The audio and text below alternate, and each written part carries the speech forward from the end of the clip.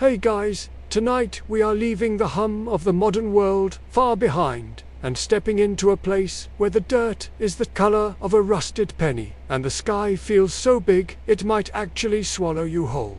We are heading into the heart of the Australian Outback, specifically the arid stretches of the Central Desert, to walk alongside the world's oldest living culture.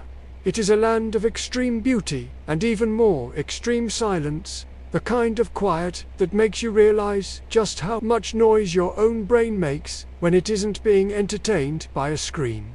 You are here to learn the art of the songlines and celestial navigation, a survival skill that has been refined over 60 millennia. Now, a small disclaimer, you probably wouldn't survive this on your own. Between the heat that feels like a physical weight on your shoulders, the lack of discernible landmarks, and the fact that every third plant is trying to prick you, a solo traveler would likely end up as a very confused, very dehydrated, cautionary tale. But don't worry, you aren't alone.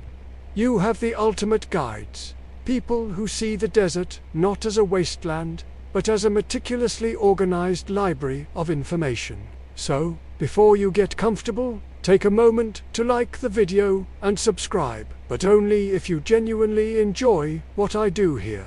Also, I'd love to know where you're listening from tonight. Drop your location and your local time in the comments. It's always peaceful to think about our global community settling down together. Now, dim the lights, maybe turn on a fan for that soft background hum, and let's ease into tonight's journey together. You are standing on a small, rocky rise just as the sun begins its final, dramatic descent toward the horizon. The ground beneath your boots is a deep, angry orange, pulverized into a fine dust that has already found its way into the seams of your clothes and the corners of your eyes. It's the kind of dust that feels like it's been there since the beginning of time. To your left, a cluster of spinifex grass shivers in the cooling breeze, its needle-like blades catching the fading light. To your right, a weathered ghost gum tree stands like a pale sentinel, its bark as white as bone against the deepening red of the earth. The heat is starting to pull back, retreating into the rocks, leaving a crispness in the air that smells of dry eucalyptus and sun-baked stone. You take a deep breath, and for a moment, the vastness of the space around you is almost overwhelming. There are no fences here, no roads, and no cell towers. There is only the horizon, stretching out in every direction like a taut string. You look down at your high-tech hiking boots and realize they look a bit like miniature spaceships parked on an alien planet. You feel slightly out of place, a modern creature in a landscape that doesn't care about your schedule or your step count. Standing a few paces away is your guide, an elder whose skin is as lined and storied as the landscape itself. He is standing perfectly still, his eyes fixed on a point on the horizon that you can't quite see. He isn't wearing heavy boots. His feet are bare, the soles toughened by decades of contact with this very soil. He doesn't seem bothered by the flies, which have developed a very sophisticated social hierarchy and currently seem to think your left ear is a high-end penthouse suite. You swat at them, but the elder just smiles a slow, knowing expression that suggests he's seen 1,000 travelers like you try to fight the desert and fail. It is a widely accepted historical fact that Aboriginal Australians are the world's first astronomers, while the ancient Greeks and Babylonians were just starting to map the stars a few thousand years ago. The people of this land had already been using the movements of the celestial bodies to predict seasonal changes, find water, and navigate across thousands of miles of trackless scrub for over 65,000 years. This isn't just a hobby. It's a sophisticated, multi-generational database of survival. You aren't just looking at stars tonight. You are looking at a GPS system that was operational while mammoths were still roaming other parts of the globe. As the orange sun dips lower, The shadows of the rocks stretch out like long, spindly fingers across the sand. The elder gestures for you to sit. The ground is still warm, a gentle thermal hug from the earth. He begins to talk about the songlines, invisible pathways that crisscross the entire continent. He explains that every rock, every creek bed, and every cluster of trees was sung into existence by the ancestors during the dreaming. To navigate the land, you don't need a map, you need the song. If you know the verses, you know where the water is hidden and where the dangerous cliffs are. It's the original audio-guided navigation, centuries before someone put a voice in your phone. A quirky, lesser-known detail about this knowledge is that many songlines don't just act as maps. They function as botanical calendars. Certain stars rising at a specific time of year aren't just markers for direction, they are menus. For instance, when the emu in the sky, a constellation made not of stars, but of the dark patches in the Milky Way, is in a certain position, it signals exactly when the emu eggs are ready to be harvested. The sky is essentially a giant, glowing supermarket circular, letting everyone know what's on sale and where to find it. You find yourself looking up, waiting for the first pinpricks of light, wondering if you'll be able to see the groceries in the heavens. The light is fading fast now, turning the sky into a bruised palette of violet and indigo. The silence of the desert is changing, too. It's no longer a flat, empty quiet. It's becoming a busy silence. You can hear the soft click-clack of a nocturnal lizard moving over the stones and the distant, rhythmic thump of a kangaroo hopping toward a hidden soak. You feel your own heart rate slowing down to match the pace of the landscape. There is no rush here. The desert has been here for millions of years, and it will be here long after you've gone back to your emails and your traffic jams. Despite the deep history, historians still wonder exactly how these oral records have remained so staggeringly accurate over thousands of generations. There are Aboriginal stories that describe the coastline of Australia from over 7,000 years ago, detailing sea level rises and the flooding of plains that are now underwater. The precision of these memories, passed down without a single written word, challenges everything we think we know about the limits of human memory. You look at the elder and wonder how much of the world's history is stored in the songs he knows, histories that the rest of the world has completely forgotten. A cool wind brushes past your face, carrying the scent of the coming night.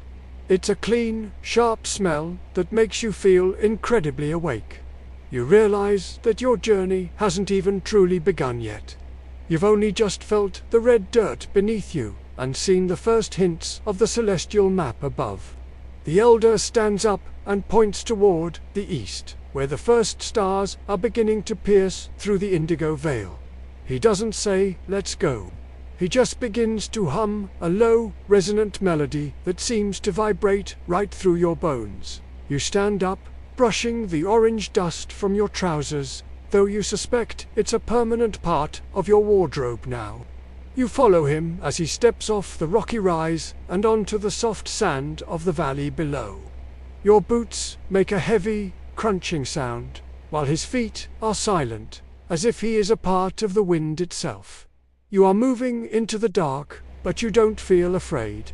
The stars are coming out to guide you, and the song has already begun. As you descend into the shallow basin, the crunch of the earth gives way to a softer, silty sand that cushions each step. In the center of this natural amphitheater, a small fire flickers, its flames dancing with a frantic energy that seems at odds with the stillness of the desert night. The smell hits you, first a sharp, resinous aroma that is entirely different from the cozy oak wood fires you might be used to back home. This is Gidgee wood smoke. It has a heavy, acrid sweetness that hangs in the air, a scent that your guide tells you is the perfume of the old people. To you, it's a bit like a mix between burnt honey and a very intense herbal tea, but it's oddly grounding. You feel as though you are finally being officially admitted into the desert's inner sanctum. You notice two more figures seated by the fire. They don't look up immediately as you approach, which triggers a moment of social panic. Should you wave? Should you say hello?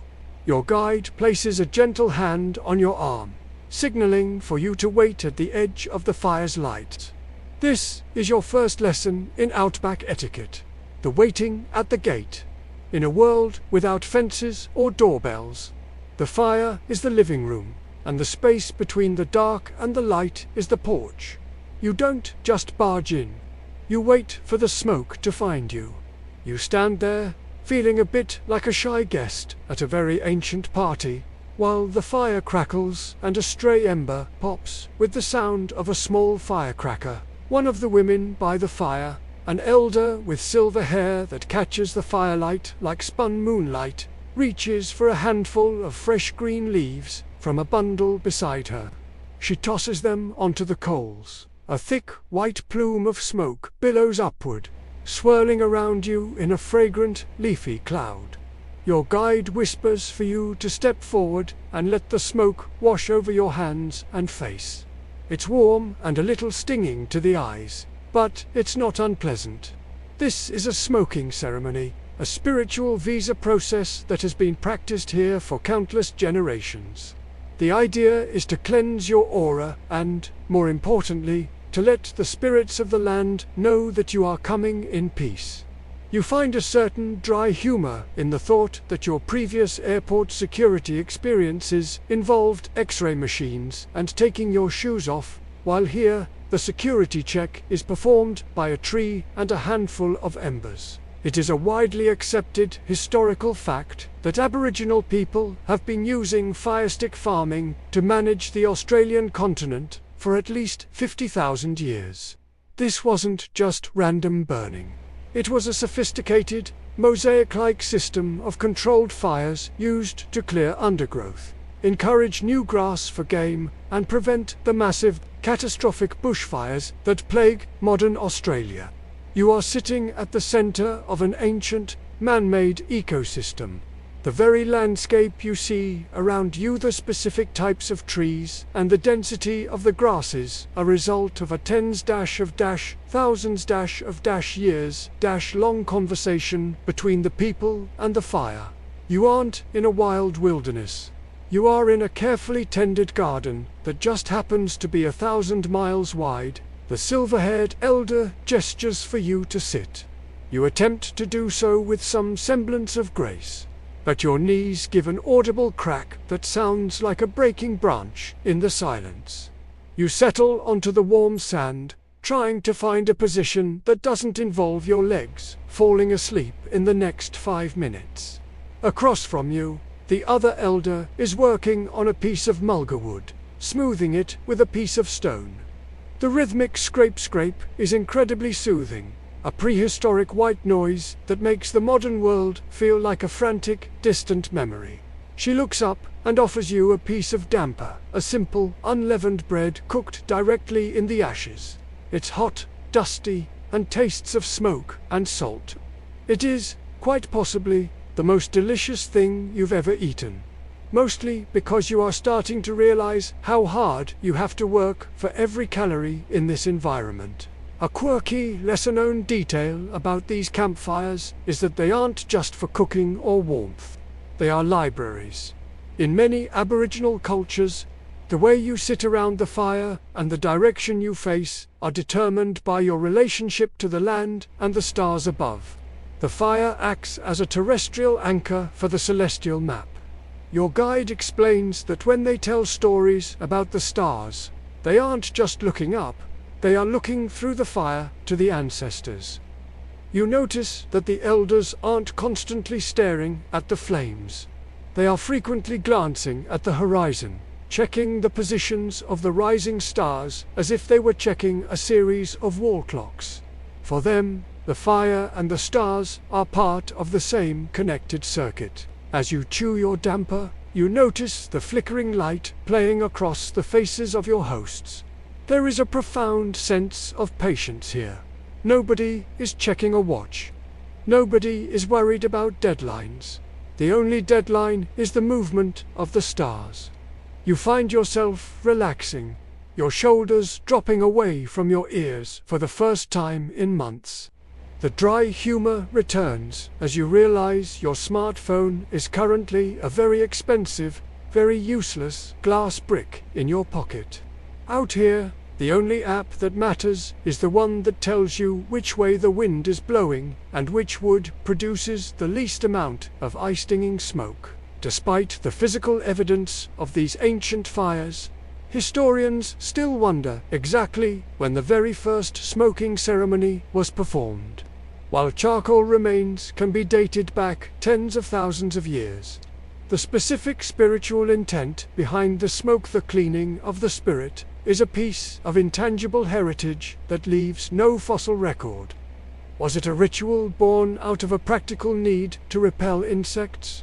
Or was it always a bridge to the dreaming?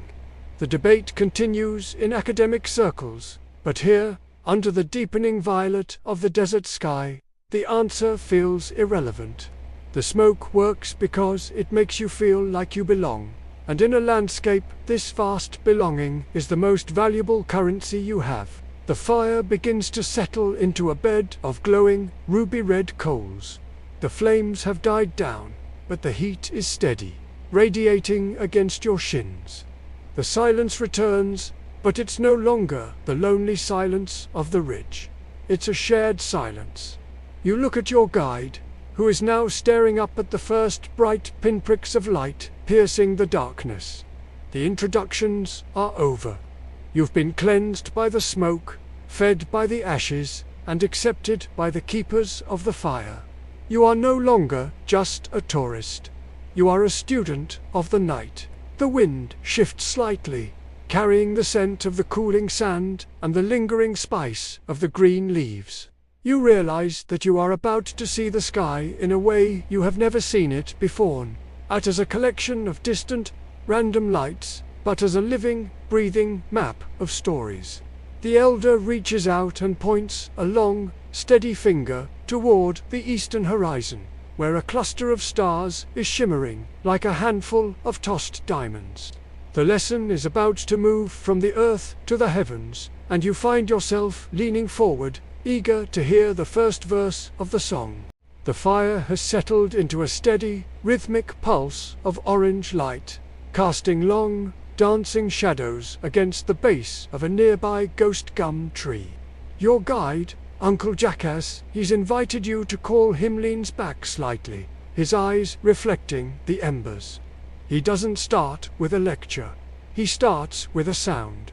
It's a low, resonant thrumming from deep in his chest, a melody that seems to rise out of the very dirt you're sitting on. It isn't a song in the way you might think of a radio hit. There are no catchy choruses or synthesized beats.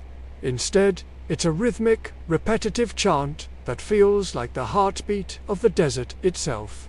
As he sings, he taps two small mulga-wood sticks together, clack, clack, clack, a sound that cuts through the stillness of the outback like a heartbeat. He explains that what you are hearing is a fragment of a songline or a dreaming track.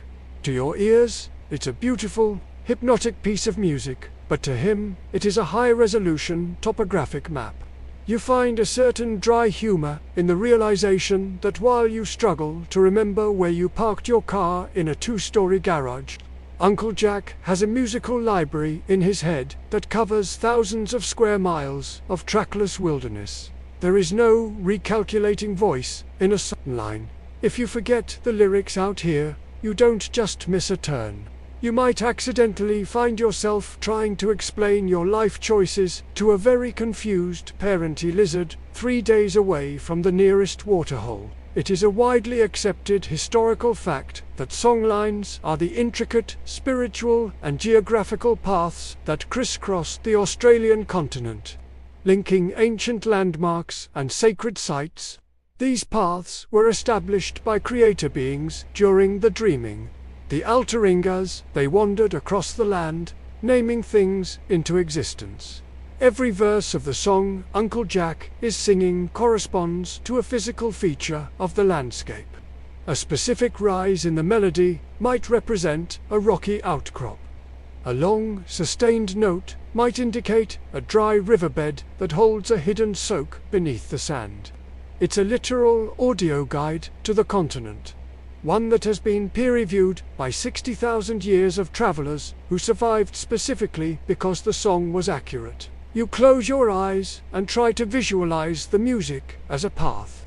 Uncle Jack tells you that the song isn't just about the what, it's about the how. The rhythm of the song actually matches the pace of a human walking across that specific terrain. If the song slows down and becomes heavy, you know you're approaching a steep climb or a patch of soft, difficult sand. If the tempo picks up, the ground ahead is flat and easy. You find yourself thinking that this is much more sophisticated than any modern GPS. Your phone might tell you to turn left in 200 feet, but it doesn't sing to you in a way that helps your legs prepare for the incline. You imagine a world where Google Maps was replaced by a choir, though you suspect the heavy traffic song would be much more annoying than a red line on a screen. A quirky, lesser-known detail about Songlines is their role as a universal translator for the ancient world. Australia is home to hundreds of different Aboriginal language groups, yet a songline can pass through dozens of different territories. Even if a traveller enters a region where they don't speak the local dialect, they can still navigate using the song. Why? Because while the words might change to the local language, the melody and the rhythm remain identical. It's like a prehistoric musical Bluetooth connection. As long as you know the tune, you know where the water is, regardless of whose land you're standing on. You can almost hear the interminable jukebox playing across the desert, a series of melodic waypoints that kept the entire continent connected long before the invention of the telegram.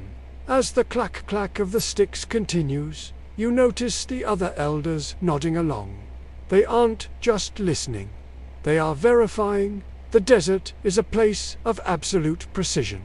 Uncle Jack explains that a songline is a multi-dimensional record. It's a map, a law book, a history lesson, and a religious text, all rolled into one. He points out toward the darkness, toward a silhouette of a distant ridge that is barely visible under the starlight. That ridge, he whispers, is the shoulder of the emu ancestor.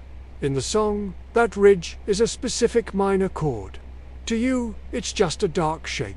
But as he sings that specific chord, you start to see the shoulder in the rock. The landscape isn't just dirt and stone anymore. It's a story that is being told in real. Despite the geographic accuracy of these songs, historians and linguists still wonder exactly how the core melodies have remained so stable over such immense spans of time. In most cultures, songs and stories drift, change, and evolve within just a few centuries. Yet, there are songlines that describe the exact locations of islands that were cut off from the mainland by rising sea levels over 10,000 years ago. How does a melody survive 10 millennia without remixing itself into something unrecognizable? Some scholars debate whether there was a formal quality control system, a guild of songkeepers, who ensured every note was perfect, or if the life and death necessity of the information simply made mistakes impossible to tolerate. You shift your weight on the sand, feeling the warmth of the fire on one side and the growing chill of the desert night on the other. The humor of your situation strikes you again. Here you are, a person who probably relies on an app to find the nearest coffee shop, sitting with people who can sing their way across a continent. You feel incredibly small, but also strangely secure. The song is a tether. It connects the fire you're sitting by to the ridge in the distance, and the ridge to the stars above. You realize that the wilderness you feared earlier isn't empty at all. It's crowded with music. It's a symphony of geography that has been playing for 60,000 years, and you've just been invited to listen to the opening bars. The melody begins to wind down, the thrumming in Uncle Jack's chest softening until it's barely a whisper. The sticks give one final, resonant clack. The silence that follows isn't empty. It's full, like the silence after a grand orchestra finishes a masterpiece. You look up, and the sky has completely transformed. The indigo has turned to a deep, velvety black, and the stars are no longer just pinpricks of light, they are a shimmering, chaotic, brilliant mess. Uncle Jack looks up too, and you realize that the song doesn't end at the horizon. The tracks on the ground, he says, gesturing to the sand, are just the reflections of the tracks in the sky. He raises a hand and points toward a tiny, glittering cluster of stars that looks like a smudge of diamond dust. The song of the earth is about to meet the song of the heavens. You lean back, resting your head against your rolled-up jacket, the smoke of the Gidgee wood drifting past your nose. Your journey through the melodies of the land is transitioning into a journey through the myths of the cosmos, and you find yourself closing your eyes for just a moment, letting the rhythm of the songline echo in your mind like a distant, comforting heartbeat. The heat of the fire is now a steady, glowing weight against your shins, while the back of your neck feels the first true bite of the desert night. It's a strange, sensory sandwich, toasted in the front, chilled in the back. Uncle Jack shifts his position, his hand still extended toward the eastern horizon. He isn't looking at the big, flashy stars yet. He's looking for a tiny, shimmering cluster that looks like a smudge of silver thumbprinted onto the velvet sky. There, he whispers, the Kunkarankalpa. The seven sisters are starting their run. You squint, and slowly, your eyes adjust. It's the Pleiades. In your world, you might know them from a telescope, or perhaps as the logo on the front of a Japanese car.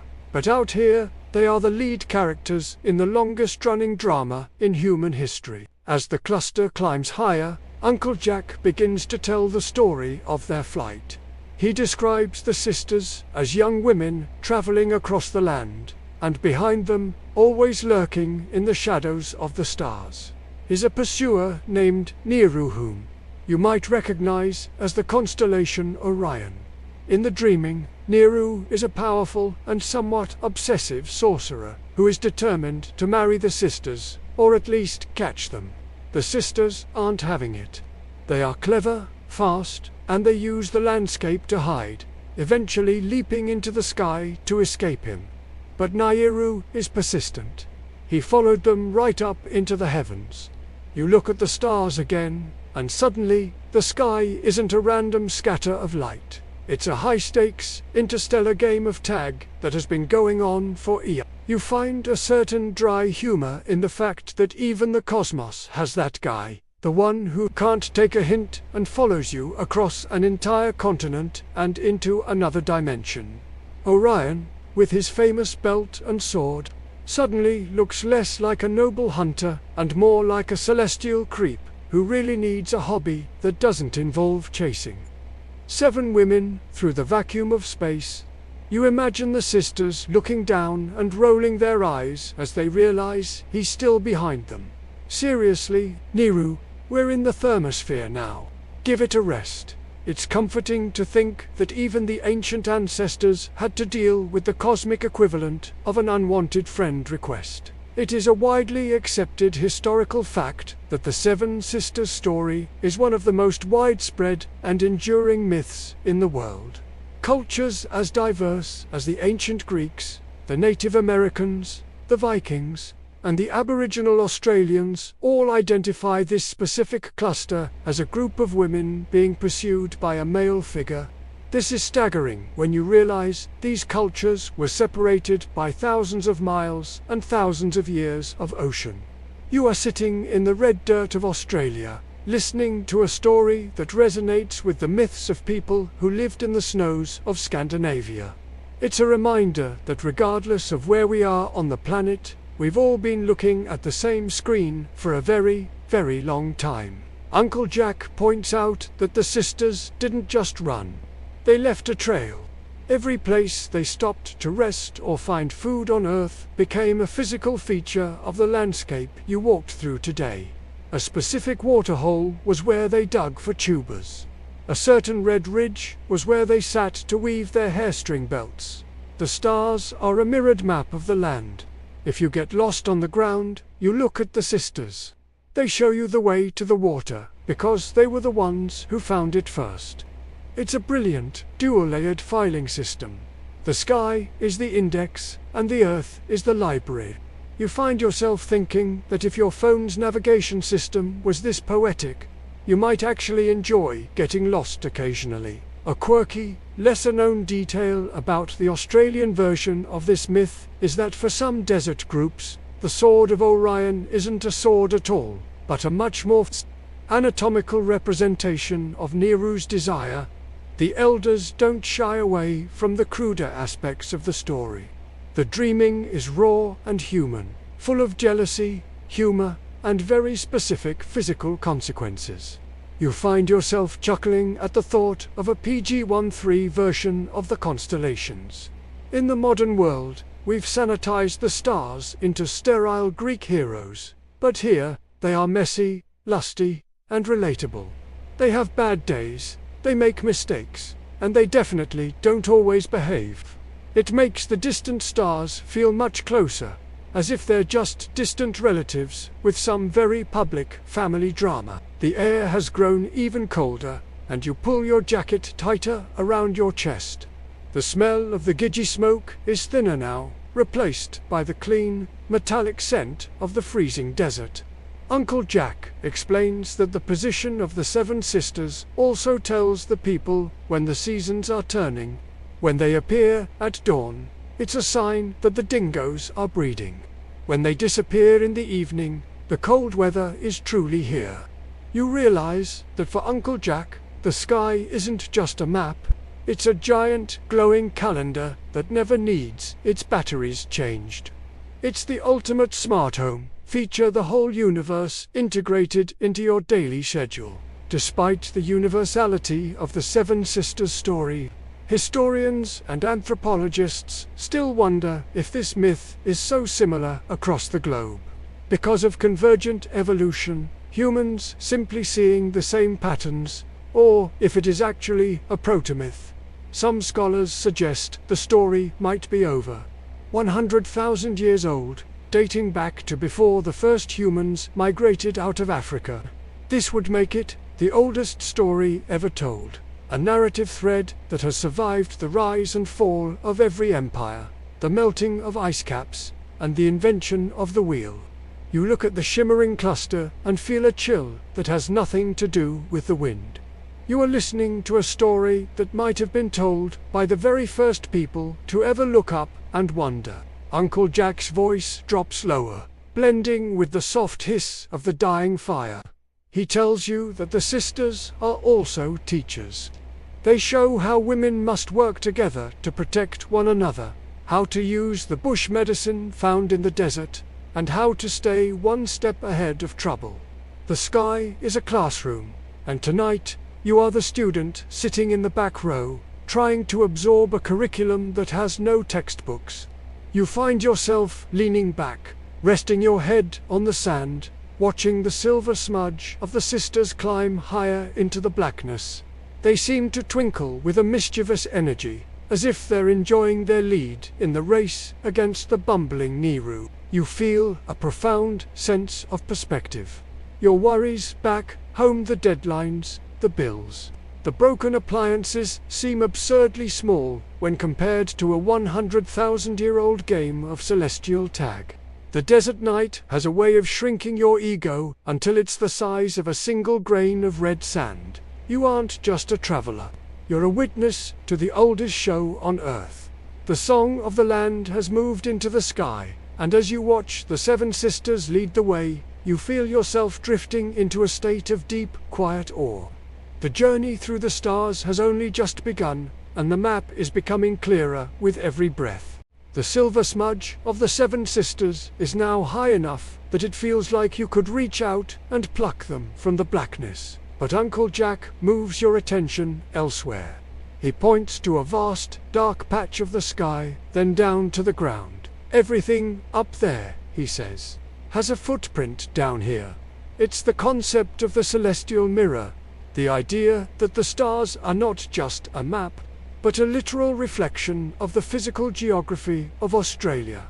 You look at the Milky Way, which is currently a thick, frothy river of starlight stretching from one horizon to the other, and you try to see it as a reflection of the dusty paths you walked today. You find a certain dry humor in the thought that while we modern humans are obsessed with the cloud for storing our photos and emails, the Aboriginal people had a much more literal version of cloud storage. Their entire cultural database, law, geography, history, and social structure was uploaded into the stars 60,000 years ago.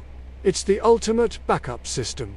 Even if a bushfire wipes out a landmark or a flood changes the course of a creek, the master file is still up there, rotating safely above the atmosphere. You imagine a cosmic IT support desk where the only answer to a forgotten password is go outside and look up. It's certainly more reliable than a hard drive that dies the moment you spill a bit of tea on it. It is a widely accepted historical fact that Aboriginal Australians developed complex star maps that allowed them to navigate across thousands of miles of varied terrain, from the dense rainforests of the north to the sun-scorched deserts of the center. These weren't just general directions. They were precise navigational charts. By aligning specific stars with prominent landmarks like mountain peaks or permanent waterholes, travelers could maintain a straight line over distances that would baffle a modern hiker without a compass. You are essentially standing in a giant, open-air laboratory where the ceiling is the manual. Uncle Jack explains that the sky is essentially a transparent overlay for the Earth. He describes how certain star maps are physically constructed on the ground using stones or carvings to teach younger generations how to read the heavens. A quirky, lesser-known detail about this is the existence of sites like Wurdi Yong in Victoria, an ancient stone arrangement that functions as a high-precision solar observatory. Long before Stonehenge was even a twinkle in a druid's eye, people here were using rocks to track the solstices and equinoxes. You find yourself smiling at the thought of an ancient Loris version of the sky built out of basalt boulders. It's like a pixelated 8-bit version of the cosmos, but it's been accurate for thousands of years. The air has turned sharp and cold, the kind of cold that feels like it's trying to crystallize the very breath in your lungs. You pull your knees closer to your chest, feeling the warmth of the sand beneath you, acting as a natural heat sink. Uncle Jack points out a bright star near the horizon and tells you that, in his country, that star corresponds to a specific limestone cave 3 days' walk to the north.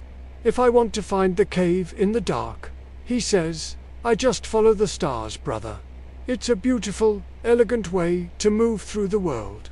You realize that to him, the universe isn't a vast, empty void. It's a neatly organized room where everything has its place. Despite the incredible precision of these starter-ground correlations, historians and archaeologists still wonder about the full extent of this mapping. Did the Songlines cover every single square inch of the continent, or were they a network of highways between major hubs? There is an ongoing debate about whether the star maps were universal across all language groups, or if each group had its own unique, celestial zip code that only they could decode. Looking at the sheer density of the stars tonight, you can see how both could be true. There's enough information up there to fill 1 billion books, and you've only just finished the first paragraph of the introduction. You notice that the flicker of the fire seems to be in sync with the twinkling of the stars. It's a dizzying sensation, as if the ground and the sky are breathing together. You find yourself thinking about the Southern Cross, which is currently tilting gracefully in the south. In school, You might have learned it as a symbol on a flag, but out here, it's a practical tool. It's a clock, a compass, and a spiritual anchor. Uncle Jack explains that the cross isn't just for stars. It's the foot of a much larger story. Every time you think you've grasped a concept, he reveals a deeper layer, like a celestial onion that just keeps unfolding. The humor returns as you think about how we navigate today. If your GPS loses signal, you feel a genuine sense of existential dread. You start looking at the blue dot on your screen with the same intensity a medieval monk might have looked at a holy relic. Meanwhile, Uncle Jack is navigating by vibe and verse. He doesn't need a signal. He just needs the clouds to clear. You realize that our modern convenience has actually made us more fragile. We've outsourced our sense of direction to a satellite in low Earth orbit, while the people here kept it in their hearts and their songs. You take a sip of water from your flask, and the liquid feels like ice against your throat. The silence of the desert is heavy now, but it's a knowing silence. You feel as though you've been let in on a massive, ancient secret. The landscape around you isn't just dirt and spinifex anymore. It's a reflected masterpiece. The ghost gum tree behind you is aligned with a dark rift in the Milky Way, and the rocky rise you stood on earlier is the terrestrial shadow of a bright star in the constellation of the Hunter. You aren't just a visitor on the Earth. You are a part of a giant, moving mechanism that spans the distance from the dirt to the edge of the galaxy. Uncle Jack leans forward and stirs the coals with a stick, sending a fresh flurry of sparks spiraling up into the night. They look like tiny, temporary stars, briefly joining their cousins in the sky before winking out. He tells you that the stars aren't just up there, they are the ancestors looking back down, checking to see if you're paying attention. You find yourself sitting up a bit straighter, trying to look like a diligent student. The celestial mirror has done its job. It has turned your world upside down, making the sky feel solid and the earth feel infinite. As you settle back into the sand, the rhythm of the night takes over.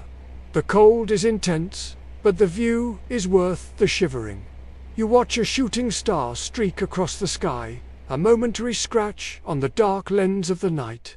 Uncle Jack doesn't say anything, but he nods, as if he recognized who that star was and where they were going. You close your eyes for a second, the image of the mirror burned into your mind, and you feel the slow, steady rotation of the planet beneath you, a silent ship sailing through a sea of light. The fire has burned down to a deep, smoldering crimson, and the surrounding desert has become a study in infinite shades of black. Uncle Jack leans forward, but he doesn't point to a star this time.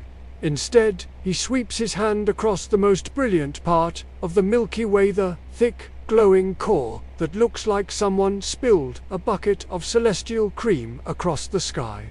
"You're looking at the lights," he says softly, a hint of a smile in his voice. "But you're missing the bird." You blink, staring at the luminous clouds of gas and the billions of distant suns, trying to find a bird among the sparks. It's like a cosmic magic eye poster. The harder you squint at the bright spots, the less you see. Then, he tells you to look at the nothing. He points to the Coalsack Nebula, a distinctive, dark patch, right next to the Southern Cross. "There's the head," he says. You look at the ink-black void, and suddenly, it clicks. The dark patch isn't just an empty space, it's a shape. Below the head, a long neck of shadow stretches through the constellations of Centaurus and Lupus. The vast, dark dust clouds in the bulge of the Milky Way form a heavy, rounded body, and the spindly legs extend all the way down toward the horizon in the constellation of Scorpius. This is the Gugamin, the great emu in the sky. It is a widely accepted historical fact that Aboriginal Australian astronomy is unique for its profound emphasis on dark constellations. While almost every other ancient culture, from the Babylonians to the Aztecs, focused on connecting the bright dots of stars to create patterns. Many First Nations groups in Australia looked at the negative space. They recognized that the dark nebulae blocking the light of the Milky Way were just as important as the stars themselves. You are looking at a masterpiece painted in shadow. It's a bit like a reverse coloring book where the universe has already done the heavy lifting, and you just have to learn how to see the parts that aren't there. You find a certain dry humor in the fact that your modern education has spent years teaching you to reach for the stars. But out here, the real wisdom is found in the gaps between them. It's a very Australian brand of irony. The biggest, most important creature in the sky is technically made of nothing. You realize you've spent your whole life ignoring the shadows, treating them like the background noise of the universe, when in reality, the shadow is the lead singer. You imagine trying to explain this to a city dweller. No, don't look at the billion-dollar light show. Look at the giant, celestial space turkey made of cosmic dust. They'd probably think you'd spent too much time in the sun. But standing here in the cold, it makes more sense than anything you've ever seen on a screen. The air is so still now that you can hear the faint, crystalline ping of the cooling rocks. Uncle Jack explains that the emu isn't just a pretty picture. It's a living, moving entity that changes its posture throughout the year. A quirky, lesser-known detail about the emu is that its orientation tells the people exactly what the emus on Earth are doing. In the early winter, when the celestial emu appears to be running, it's a sign that the real emus are looking for mates. Later in the season, as the emu shifts and its legs appear to disappear or tuck in, it indicates that the birds are sitting on their nests. This is the signal that emu eggs are available for gathering. The sky is essentially a giant, hovering egg timer for the desert. You find yourself chuckling at the thought of a cloud-based grocery notification system that has been running without a glitch for 60,000 years. It's much more reliable than a push notification on your phone, and it never asks you to update your privacy settings. As you stare up at the Gugamin, you feel its immense weight. The head, the Coalsack Nebula, looks incredibly solid, like a piece of velvet stone. Uncle Jack tells you that the emu is a protector, a creator, and sometimes a warning. It bridges the gap between the spiritual world and the physical one. You notice that the emu's body seems to pulsate slightly as the atmosphere flickers. It gives the bird a "don't talk to me before I've had my coffee" kind of vibe, grumpy, ancient dignity that commands respect. You find yourself sitting a bit more quietly, trying not to offend the giant shadow bird that is currently presiding over your campsite. Despite the deep cultural roots of this constellation, historians and ethnostronomers still wonder about the specific origin of the emu's feet. Because the constellation is so large, stretching across nearly half the sky, different groups across Australia see the legs and feet differently. Some see them as spears, while others see them as tracks in the sand. There is an ongoing scholarly debate about whether the emu in the sky was a singular, unified myth that spread across the continent, or if dozens of different cultures independently arrived at the same dark bird conclusion because the shape is so undeniably clear in the southern hemisphere.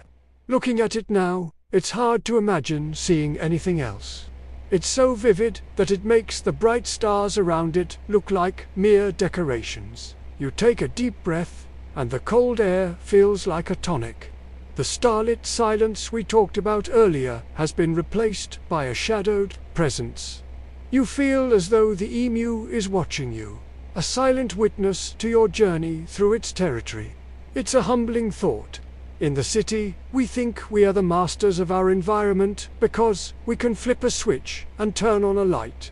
Here, the light is a billion miles away, and the most powerful thing in sight is a void.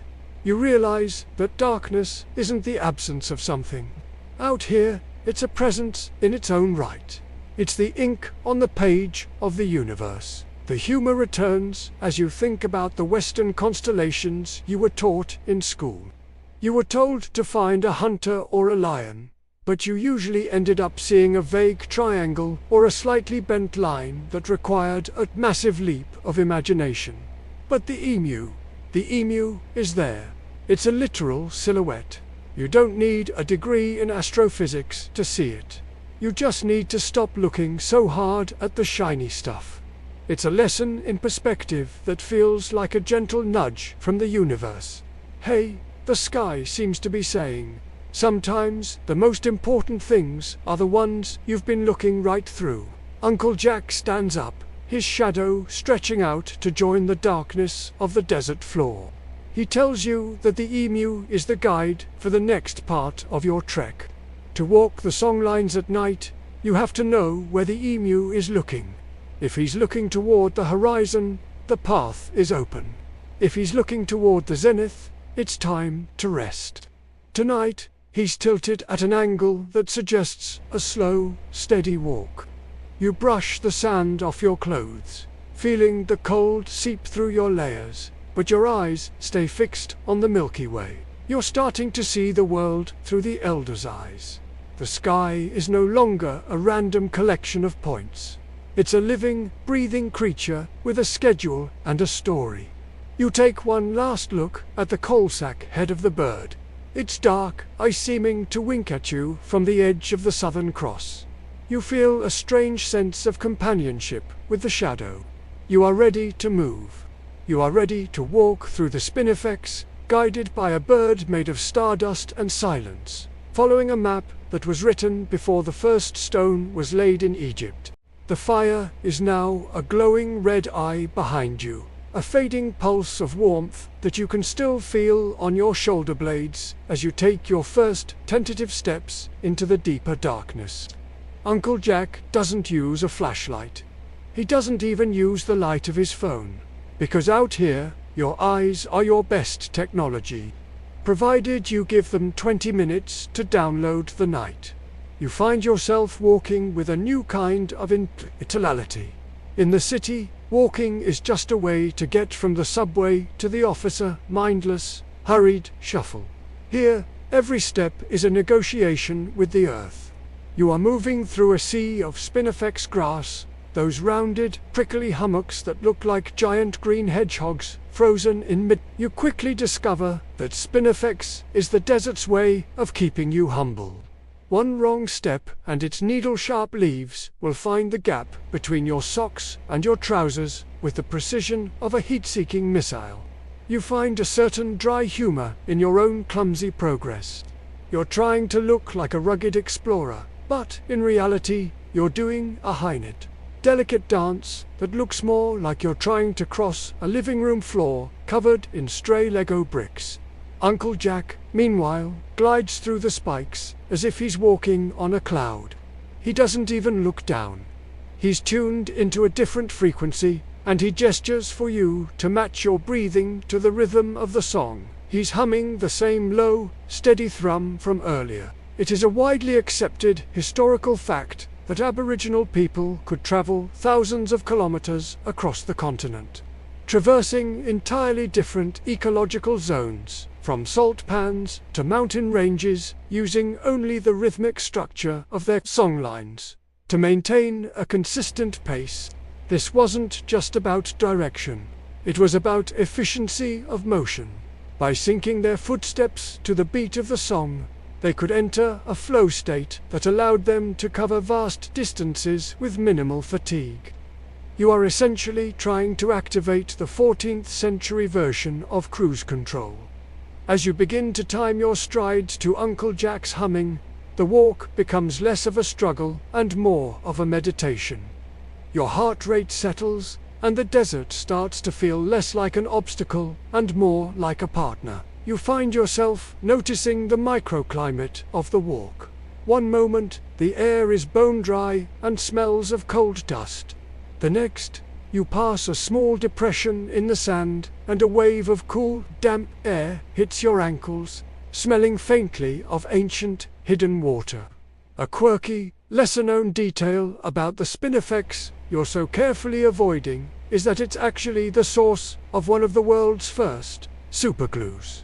For thousands of years, Aboriginal people have harvested the resin from certain species of spinifex, heating it over a fire to create a black, tar-like substance that is incredibly strong and durable. It was used to fix stone spearheads, to shafts, and to seal water containers. You look at the prickly clumps with a bit more respect now. They aren't just trying to stab you, they're actually a mobile hardware store. You find it amusing to think that the original epoxy has a "don't touch me" defense system.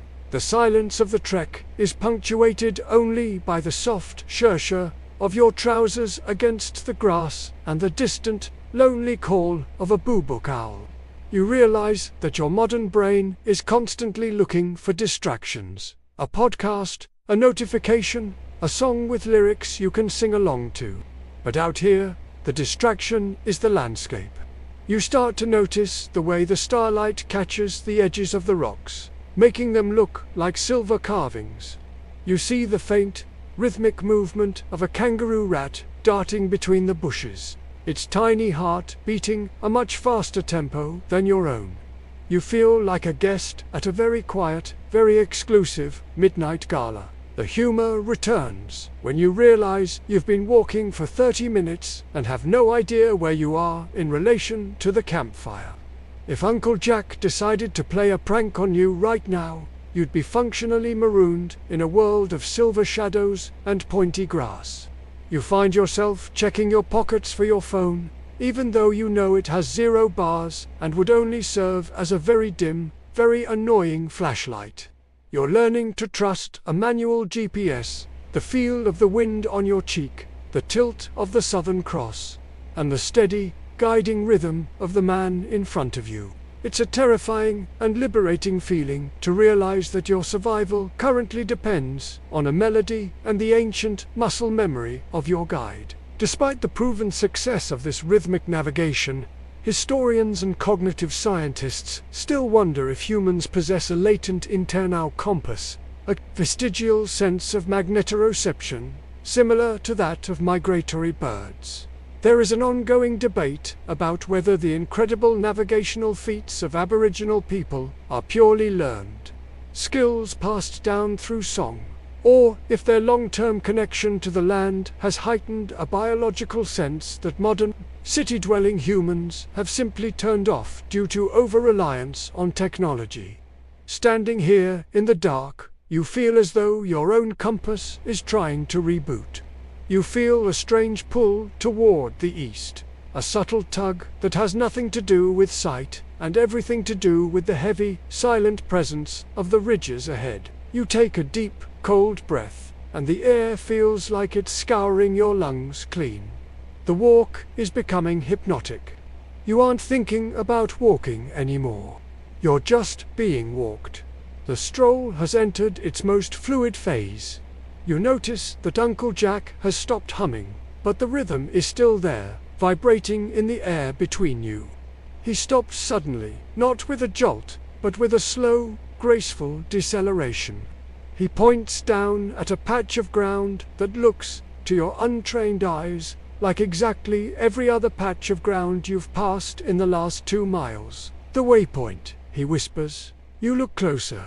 In the starlight, you see a small, flat rock with a distinct, circular depression in the center, almost like a thumbprint in clay. It's a Namahola natural rock pocket that collects and preserves rainwater, often covered by a flat stone to prevent evaporation and to keep animals out. This is a verse in the songline made physical. You realize that you didn't just stumble upon this. You were sung to it. The rhythm of the walk was calculated to bring you exactly to this spot at exactly this moment. You find yourself shaking your head in silent disbelief. It's a level of precision that makes your most expensive satellite-guided apps look like they were designed by toddlers with crayons. You kneel down on the sand, the coolness of the earth soaking into your jeans. You feel a profound sense of accomplishment, even though you just walked a couple of miles in a straight line. You've successfully navigated the Spinifex minefield, matched your breath to an ancient song, and found a hidden treasure in the dark. You look up at the Milky Way, and the emu seems to be leaning forward, watching you with its dark, nebulous eye. You're no longer just a person in the desert. You're a traveler on a dreaming track, and the next verse of the journey is waiting just beyond the shadow of the next ridge.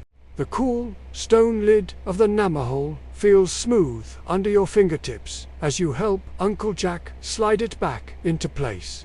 It's a small act of desert housekeeping, ensuring the next traveler finds the water as clean as you did. You stand up and brush the grit from your palms, noticing that the landscape has shifted slightly.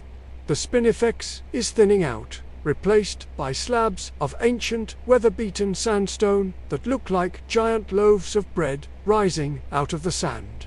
Uncle Jack leads you toward a particularly large overhang where the rock curves inward like a protective wave frozen in time. As you step under the ledge, the temperature drops another 5 degrees, and the air takes on a dry, mineral scent, the smell of stone that hasn't seen the sun in 1,000 years. Uncle Jack pulls a small, modern headlamp from his pocket, his one concession to the 21st century, and clicks it onto its lowest, warmest setting. The amber light sweeps across the back wall of the overhang, and your breath catches in your throat. The rock is alive with color. Splashes of creamy white, deep charcoal black, and a rich, blood-red ochre cover the surface in a chaotic, beautiful dance of forms. There are handprints, their outlines stenciled in white, as if someone had just pressed their palm against the stone and vanished into it. There are long, undulating lines that represent the tracks of the ancestors, and geometric patterns that look like complex, prehistoric circuit boards. It is a widely accepted historical fact that Aboriginal rock art is one of the oldest and most continuous traditions of visual storytelling on the planet, with some sites in the Barap Peninsula or the Kimberley dated to over 30,000 years old. These aren't just paintings, they are the physical manifestation of the songlines you've been walking. This cave is a junction box in the dreaming. The symbols here act as a permanent record of the laws, the stories, and the navigational coordinates of this specific stretch of country. You find a certain dry humor in the thought that while we struggle to keep our digital files readable for more than a decade, the people here created a hard drive out of iron oxide and spit that has remained perfectly legible for 30 millennia.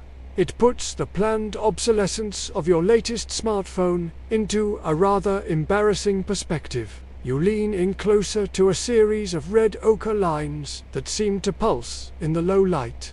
Uncle Jack points to a set of concentric circles. "That's where we are," he says.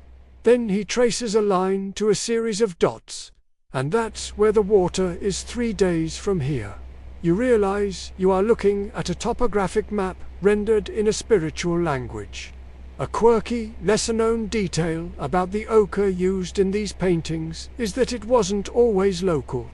Certain colors of ochre, particularly a shimmering, micaceous variety used for sacred ceremonies, were so highly prized that they were traded across thousands of miles.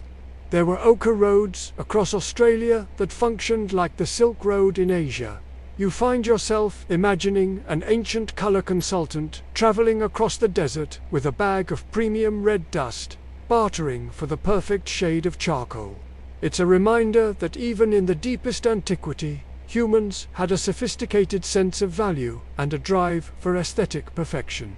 The humor returns when you notice a small, weathered painting of what looks suspiciously like a very grumpy bush turkey. You ask Uncle Jack about it, and he chuckles, telling you a story about an ancestor who was transformed into a turkey because he wouldn't share his seeds. It's a moral lesson, a map marker, and a joke all in one.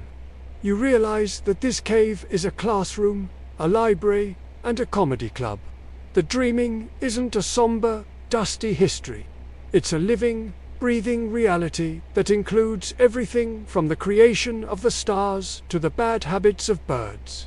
You feel a strange sense of intimacy with the artists who stood here thousands of years ago, perhaps laughing at the same story while they mixed their pigments. As you sit on the sandy floor of the cave, looking at the handprints, you feel an irresistible urge to hold your own hand up against one of the white stencils.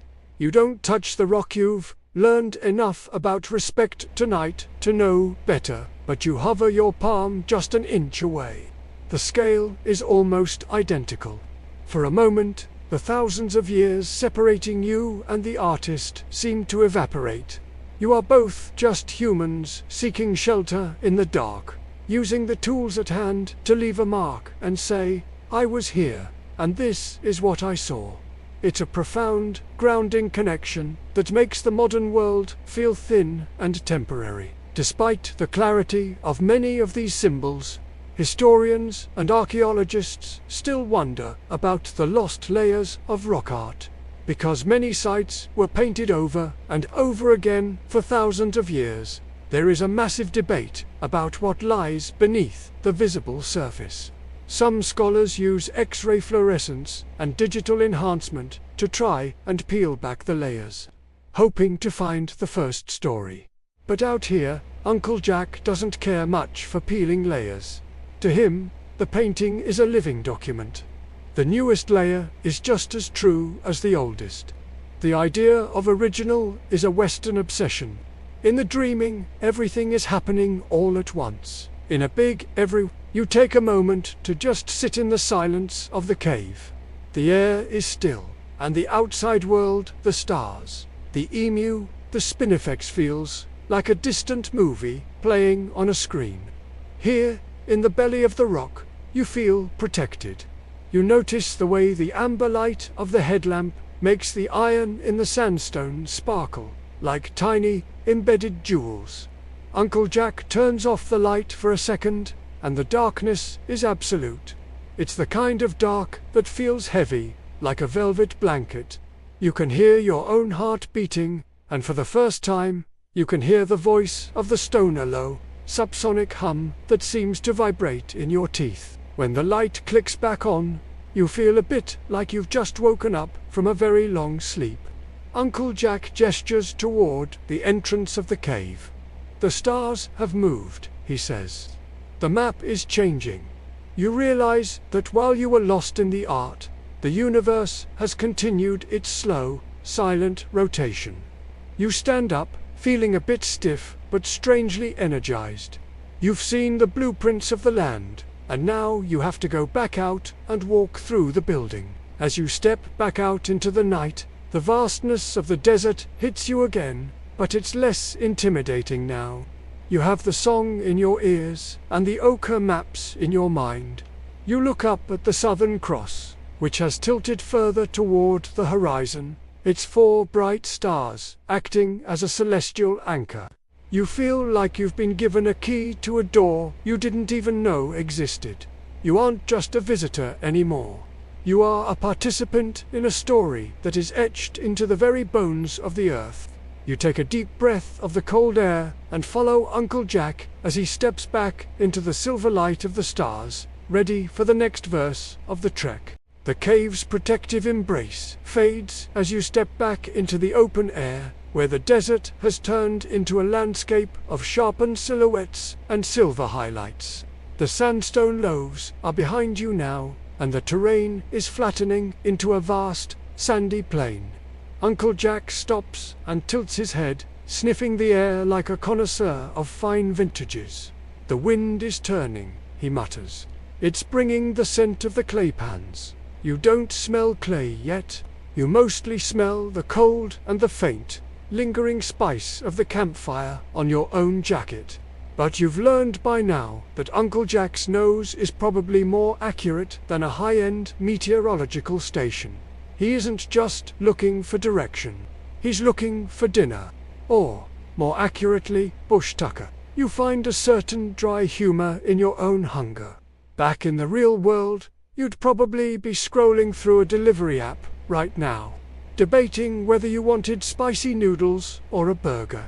Out here, the menu is dictated by the season, the rainfall, and how much you're willing to dig. Uncle Jack points to a small, nondescript mound of sand near the base of a mulga tree. To you, it looks like a pile of dirt. To him, it's a pantry. He pulls a small, sharpened digging sticker, wanna, from his belt and begins to probe the soil with a rhythmic, gentle pressure. He isn't stabbing at the earth. He's listening through the wood. It is a widely accepted historical fact that Aboriginal people possessed a staggering knowledge of bush tucker, identifying and utilizing over 5,000 different plant and animal species for food and medicine. This wasn't a desperate struggle for survival. It was a wealthy, varied diet that often provided more nutrition than the average European peasant's meal in the 14th century. You are currently standing on a supermarket floor that looks like a wasteland to the uninitiated, but is actually teeming with life if you know the aisle numbers. You watch as Uncle Jack unearths a plump, creamy white larva the size of your thumb, the legendary witchetty grub. He offers it to you with a mischievous glint in his eye. Now, this is the moment of truth. You've seen this on television, usually accompanied by dramatic music and a host trying to look brave. In reality, it's much more casual. A quirky, lesser-known detail about the witchetty grub is that when eaten raw, it tastes remarkably like almonds or fried eggs. If you lightly sear it on a coal, the skin becomes crispy like a fine pastry, while the inside remains savory and sweet. You take a deep breath, close your eyes, and take a bite. It's surprisingly pleasant, nutty, creamy, and definitely better than some of the healthy protein bars you've had in the past. You find yourself chuckling at the irony. You traveled thousands of miles to eat a bug in the dark, and you actually want a second one. The grocery shopping continues as you move across the plain. Uncle Jack points out bush tomatoes, small desert raisins that pack a punch of vitamin C, and the delicate green shoots of pigweed that taste like salty spinach. You're learning that the desert is only empty if you're looking for things that don't belong here. If you look for what the land wants to give you, it's incredibly generous. You find yourself feeling a strange sense of security. The fear of running out of supplies starts to evaporate when you realize that every bush and burr is potentially a meal or a medicine. You're no longer a consumer. You're a forager, a participant in the local economy of calories. The humor of the situation returns as you try to identify a honey ant nest. Uncle Jack shows you how to look for the tiny, almost invisible entrance holes. These ants are the desert's living confectionaries, storing nectar in their distended abdomens until they look like amber-colored marbles. You imagine trying to explain this to a kid back home. No, we don't go to the candy store. We dig up ants and lick their butts.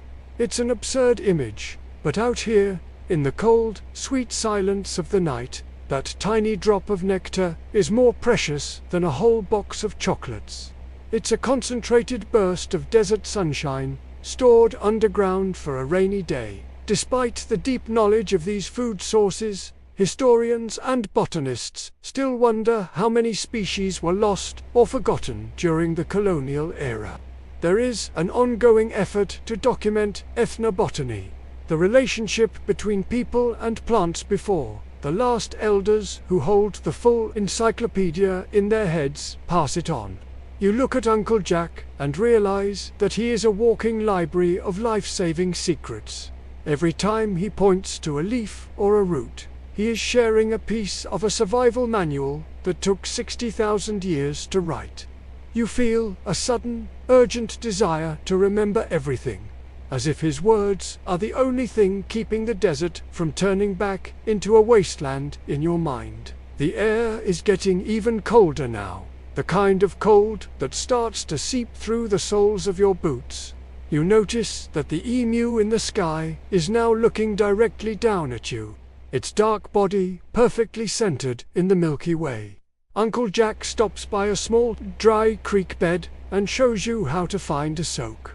He doesn't look for running water. He looks for a specific type of green weed growing in the sand. The water is shy, he says. You have to invite it out. He digs a shallow hole in the sand, and slowly, miraculously, a tiny pool of clear, cold water begins to seep upward. It's a slow-motion magic trick. You cup your hands and drink, the water tasting of stone and ancient rain. As you stand there, wiping the moisture from your chin, you feel a profound sense of gratitude. The stroll has become a feast. You've been fed by the trees, sweetened by the ants, and hydrated by the hidden veins of the earth. You realize that thirst and hunger are just signals to pay better attention to the songlines. The dessert isn't trying to kill you. It's just waiting for you to learn the rules of the house. You feel a deep, quiet strength building in your chest, a sense of belonging that has nothing to do with where you were born and everything to do with the sand currently stuck under your fingernails. Uncle Jack gestures for you to keep moving. The moon, a thin sliver of silver, is beginning to rise, casting long, pale shadows across the claypan. The next part of the journey is about to begin, and you find yourself stepping forward with a new kind of confidence. You aren't just walking across the land anymore. You're walking with it. The rhythm of the song is in your stomach now, and the stars are reflected in the small, damp patch on your palm. You are ready for whatever the night decides to reveal next. The thin, silver sliver of the moon has climbed higher, turning the vast claypan into a shimmering, frozen lake of white dust. Your boots no longer crunch. They make a soft, muffled, feft sound, as if you're walking on a giant sheet of velvet. Uncle Jack stops at the edge of this lunar landscape and tilts his head back. Above you, the Milky Way has shifted its weight, the dense core of the galaxy now arching directly overhead like a celestial bridge. The Warnungari, Uncle Jack says, his voice barely a whisper. The river where the spirits go to fish. You look up, and for the first time, you don't see the galaxy as a collection of stars, but as a flowing, glowing current of water, a great river in the sky that mirrors the paths on the ground. You find a certain dry humor in the fact that your modern navigation relies on satellites' cold, metallic boxes spinning in the dark while Uncle Jack relies on a river of ghosts. There's something much more comforting about the idea of a celestial waterway than a global positioning system. You imagine a cosmic traffic report. Expect delays on the Milky Way near the Scorpio exit due to a spiritual canoe crossing. It makes the terrifyingly vast vacuum of space feel a bit more like a neighborhood.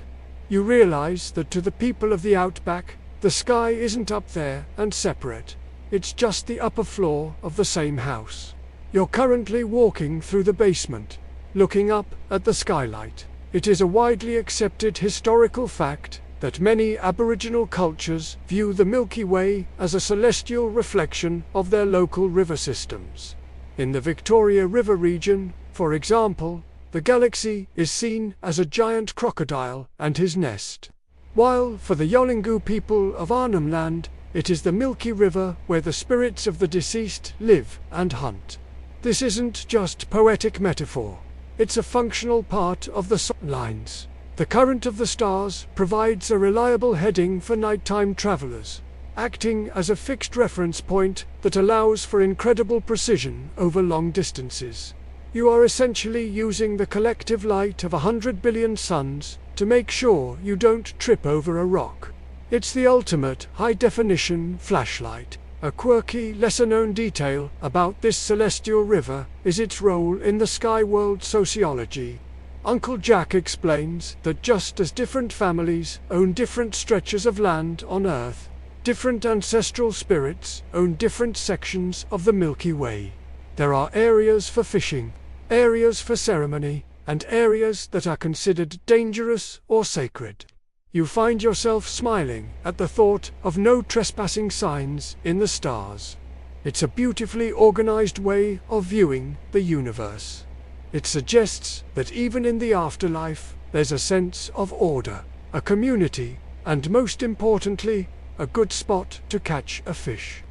You look at the dark rifts in the galaxy and imagine them as deep pools where the old people are currently sitting, watching you stumble across the claypan with a mix of amusement and pity. The air on the claypan is colder than anywhere else you've been tonight. Without the spinifex or the rocks to hold the day's heat, the temperature has plummeted, and you can feel the frost beginning to form on the fine hairs of your arms. You pull your collar up, the smell of wood smoke and dust still clinging to the fabric. The silence here is absolute. Not even the sound of an owl or a lizard reaches this far into the flat void. It's just you, Uncle Jack, and the hum of the galaxy. You feel a strange sensation of floating. With the white ground and the white stars, the horizon seems to vanish, and for a moment, you can't tell if you're walking on the earth or wading through the Warnungari itself. The humor returns when you realize that your internal monologue is still trying to find a reason for all this. You're looking for a destination, a finish line, or a gift shop. But out here, the point is simply the walking. You're in a 60,000-year-old now. You realize that your modern life is lived in the next email, the next meeting, the next meal. But the songline doesn't have a next. It has a now and always. You are walking through the same story that was told 10,000 years ago, and you are currently the protagonist. You imagine trying to explain this to your boss. I'm going to be late for the Zoom call because I'm currently part of a prehistoric celestial bridge. They probably wouldn't get it, but then again, they've never seen the emus. I wink at them from the dark. Despite the universality of the sky river concept, historians and astronomers still wonder if there was a specific calibration event that aligned the songlines with the stars.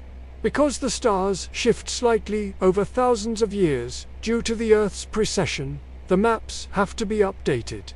How did the elders manage the software updates for a map that is stored entirely in memory and song?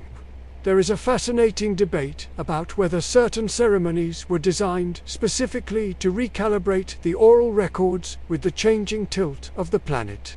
You look at Uncle Jack and realize he's a living algorithm, a walking patch for a system that has been running without a crash for longer than the history of Western civilization. The claypan finally ends, and you feel the familiar, gritty crunch of sand beneath your boots again. It feels solid in a way the claypan didn't. Uncle Jack stops and points to a particularly bright star that has just cleared the horizon. That's the campfire of the first hunter, he says. You look at the star, and it seems to flicker with a warm, orange tint. You find yourself imagining the hunter sitting there, sharpening a spear of starlight, looking down at you. You feel a strange sense of being looked after. The desert isn't a lonely place. It's crowded with ancestors, heroes, and grumpy turkeys. You take a deep breath of the freezing air, and it feels like drinking cold water. The river in the sky is beginning to tilt toward the west, signaling that the deepest part of the night is passing. You've crossed the celestial bridge and come out the other side. You feel a profound sense of lightness, as if the desert has stripped away all the unnecessary weight you've been carrying, the anxieties, the trivialities, the noise. You are just a body moving through space, guided by a song and a river of light. Uncle Jack turns to you and gives a short, sharp whistle. A small, dark shape flits past your header nightjar, its wings silent as a thought. Even the birds are following the river tonight, he says. You follow his gaze back up to the Warnungari, and you realize that you'll never look at the night sky the same way again. It's no longer a void. It's a busy, flowing, living geography. You step forward, your pace steadying once more, ready to follow the spirit river toward the first hints of the coming dawn. The air has reached that crystalline, pre-dawn stillness where even the sand seems to hold its breath. You are moving through a field of boulders that look like giant, slumbering beasts, their rounded backs glistening with a fine layer of frost. Uncle Jack leads you to a flat-topped rock and motions for you to sit. As you settle down, the cold of the stone seeps through your layers. A sharp reminder that the desert doesn't do mild. He begins to talk about the sheer age of the stories you've been hearing tonight. Some of these songs, he says, were sung when the water was in a different place and the mountains were taller. It's a staggering thought. You're used to old meaning a building from the 1800s or a book from the Renaissance. Here, old is measured in geological epochs. You find a certain dry humor in the contrast between our modern news cycle, where something from last Tuesday is considered ancient history, and the oral traditions of the Outback. We live in a world of disappearing Snapchats and 24-hour trends. Yet here you are, sitting with a man whose family tree has been the custodian of the same data since the last ice age. You imagine a 14th century Aboriginal elder looking at a modern newspaper and being confused by why we bother printing things that will be irrelevant by tomorrow morning. Where's the stuff about the sea levels rising? He might ask. You know, the important things that stay true for 10,000 years. It makes our obsession with the viral seem a bit like a toddler screaming about a shiny pebble while standing in front of a mountain. It is a widely accepted historical fact that Aboriginal oral traditions contain remarkably accurate descriptions of geographical changes that occurred over 7,000 to 10,000 years ago. These stories describe the flooding of the Port Phillip Bay in Victoria and the separation of Tasmania from the mainland, events that modern geologists have only recently confirmed through core sampling and seafloor mapping. You are listening to a living fossil of human memory. The songlines aren't just maps, they are a deep time archive. When Uncle Jack sings about a path across the dry plain that is now a deep water channel, he isn't just reciting a myth, he's relaying an eyewitness report from an ancestor who watched the ocean creep inland. A quirky, lesser-known detail about these long-form stories is how they are encrypted to prevent data corruption. Uncle Jack explains that the stories are often told in layers. Children learn the outside story, the fun version about animals and basic morals. As they grow and take on more responsibility, they are initiated into the inside stories, which contain the complex navigational data, the legal codes, and the precise environmental observations. It's like a prehistoric version of Tier 1 security clearance. This multi-layered system ensures that the most vital information is only held by those who have proven they can remember it perfectly. You find yourself wondering what tier you're currently on. Probably beginner level. Try not to fall over, which seems fair given your performance in the Spinifex earlier. The humor returns as you think about your own memory. You can't remember your sister's birthday or where you put your keys 10 minutes ago. Yet these people have maintained a file on a specific rock formation for 400 generations. You realize that writing things down might have actually made our brains lazy.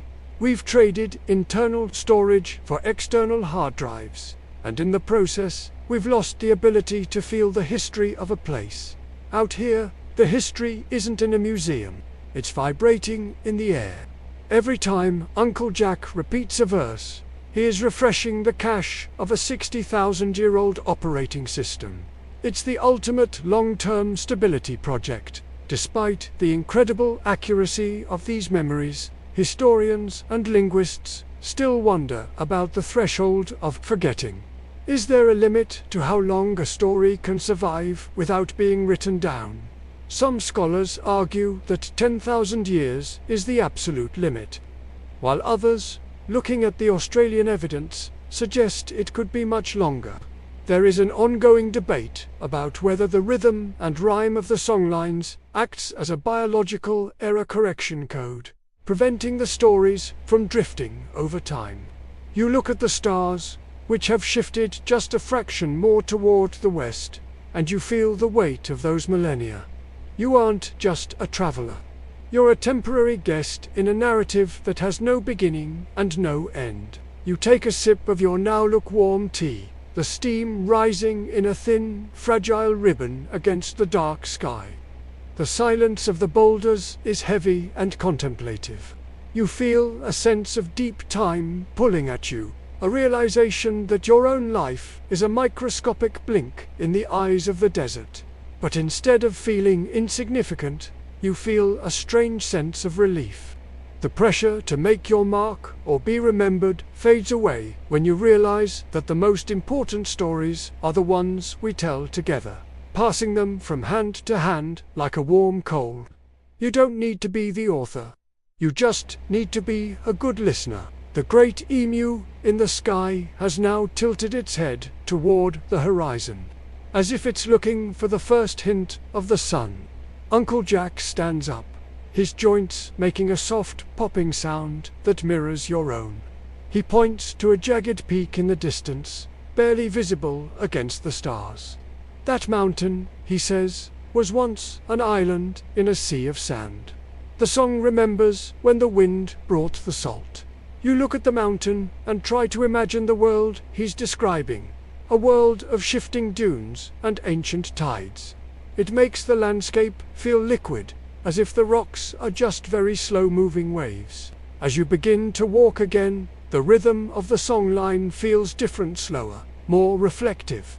You're moving toward the end of the night, but the deep time you've encountered stays with you. You feel like you've been given a telescope that looks backward instead of forward.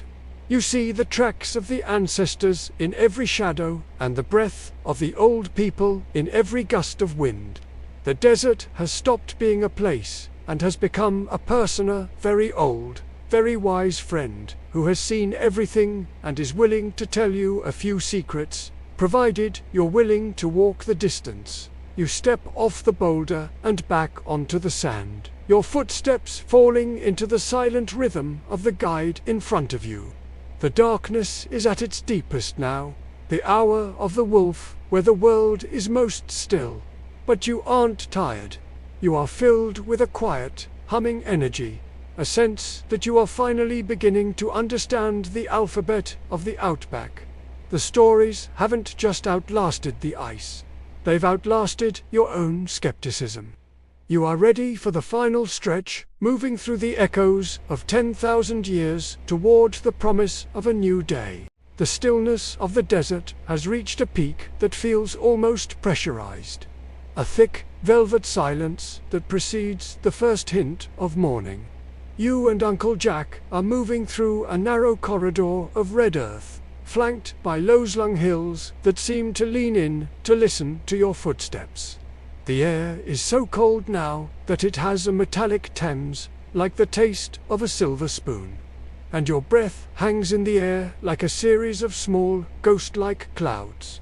Uncle Jack stops and raises a finger, not pointing at a star or a landmark, but simply toward the sky itself. Listen, he whispers. You stop, holding your breath, and for a moment you hear nothing but the rush of blood in your ears. Then a soft, high-pitched whistling sound cuts through the darker, rhythmic hue of wings. It's a flight of budgerigars, invisible in the gloom but moving with a singular, frantic purpose.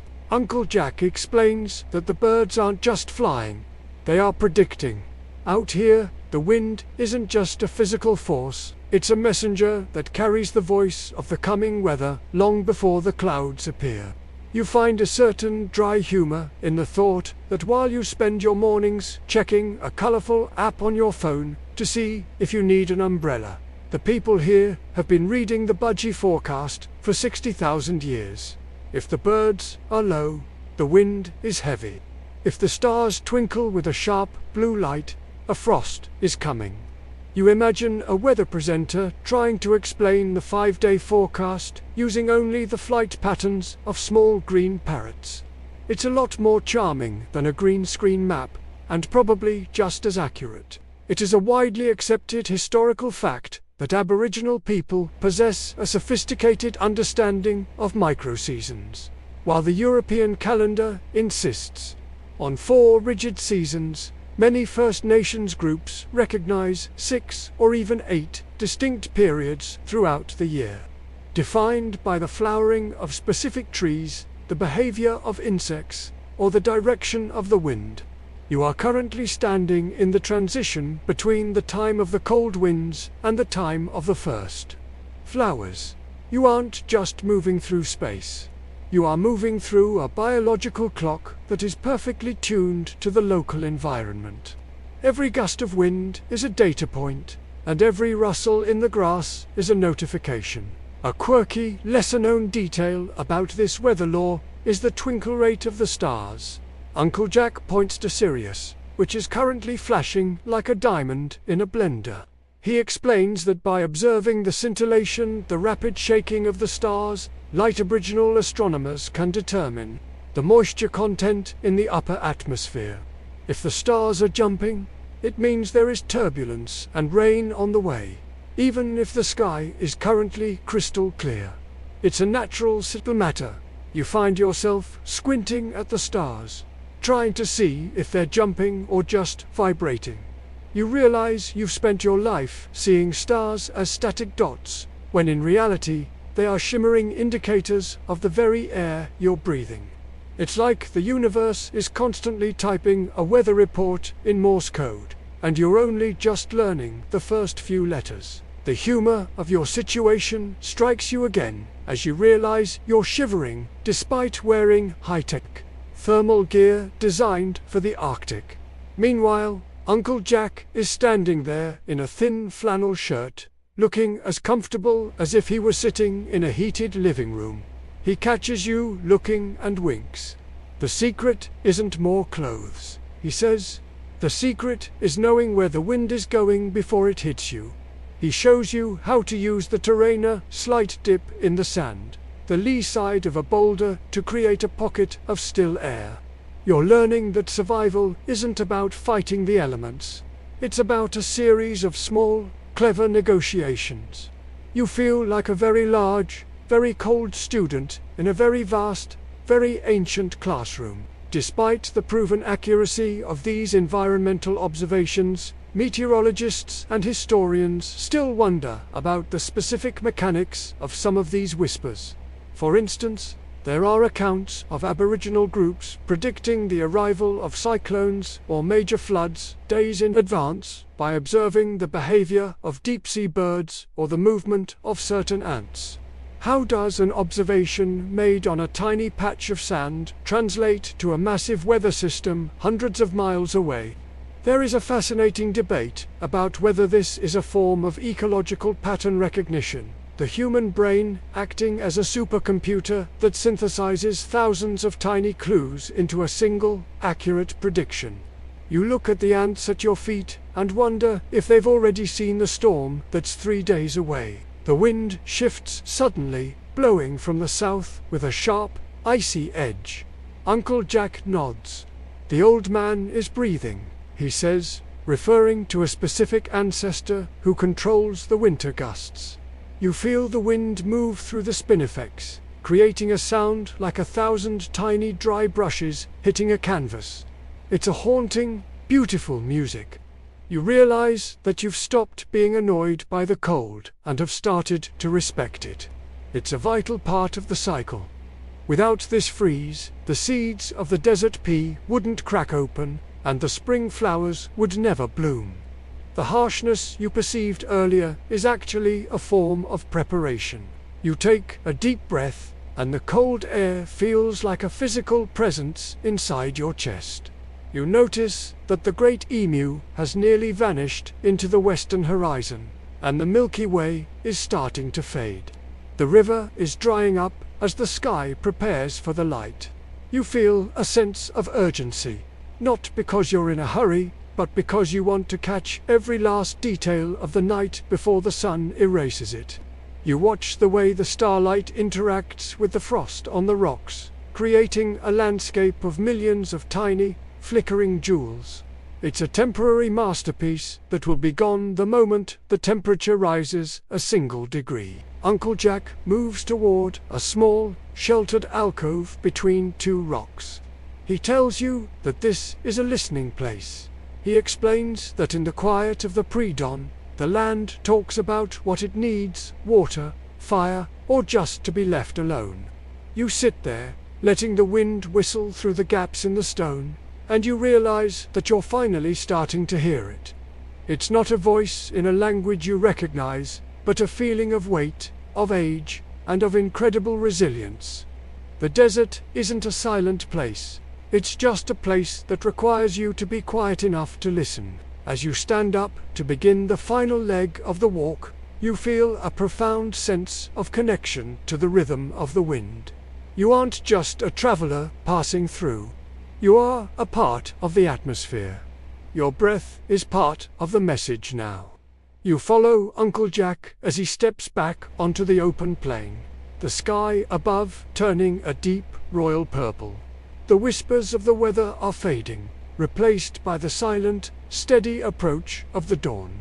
You feel ready for the light, but you know you'll carry the secrets of the dark with you forever. The royal purple of the sky is beginning to fray at the edges, bleeding into a soft, dusty rose as we reach a massive, red-walled gorge that seems to have been split open by a giant's axe. Uncle Jack leads you away from the open plain and into the deep shadow of the canyon floor. Here, the air is still and heavy with the scent of damp earth and ancient iron.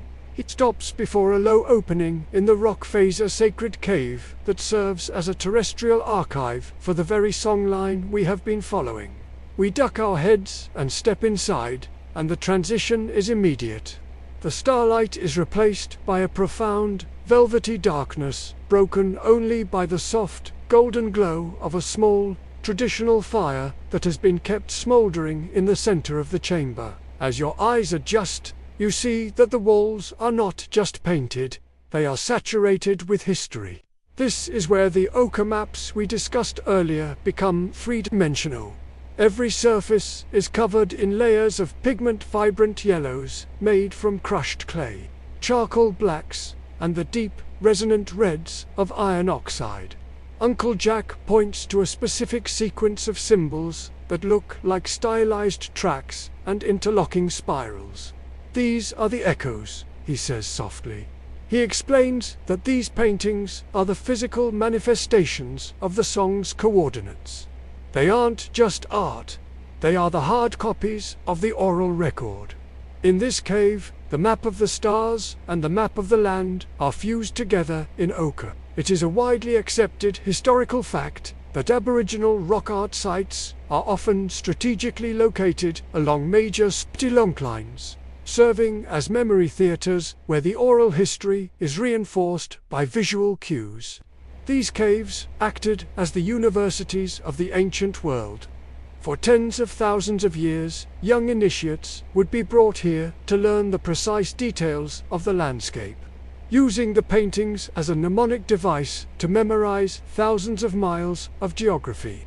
You find a certain dry humor in the thought that while your modern education involved heavy textbooks and flickering computer screens, the students here had a classroom that was essentially a masterpiece of fine art that smelled of wood smoke and earth. It's a much more immersive way to learn your geography, and you suspect the final exams were a lot more stressful when they involved finding a waterhole in a drought. A quirky, lesser-known detail about these caves is that the ochre itself was often treated as a living substance. Uncle Jack tells you that the pigments were sometimes mixed with emu fat or orchid juice to give them longevity and a certain sheen. Historians have discovered that some of the oldest paintings in Australia have been refreshed periodically for thousands of years. This means you aren't just looking at a relic from the past. You are looking at a continuous, living collaboration between hundreds of generations of artists. You find yourself smiling at the thought of a maintenance schedule that spans 30 millennia. It's like a cosmic version of a museum conservator, but instead of white gloves and laser scanners, they used their own breath and a mouthful of chewed pigment to spray the stencils of their hands onto the wall.